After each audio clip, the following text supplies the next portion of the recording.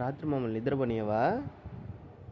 రాత్రి 12 గంటలకు ఏడ్చావు, మళ్ళీ 2 గంటలకు లేచావు, మళ్ళీ 4 గంటలకి, మళ్ళీ 6 గంటలకి పండుకొనియాలి కదా మమ్మల్ని. ఏంటి, ఎందుకు అట్లా చూస్తున్నావు? మమ్మల్ని పండుకొనియవా?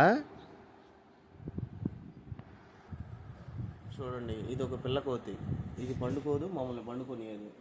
ఇద్దరు తయారయ్యారు. ఇప్పుడే లేచింది, ఇంకా స్టార్ట్ చేస్తుంది, ఇంకా షో ఇంకా స్టార్ట్ చేస్తుంది.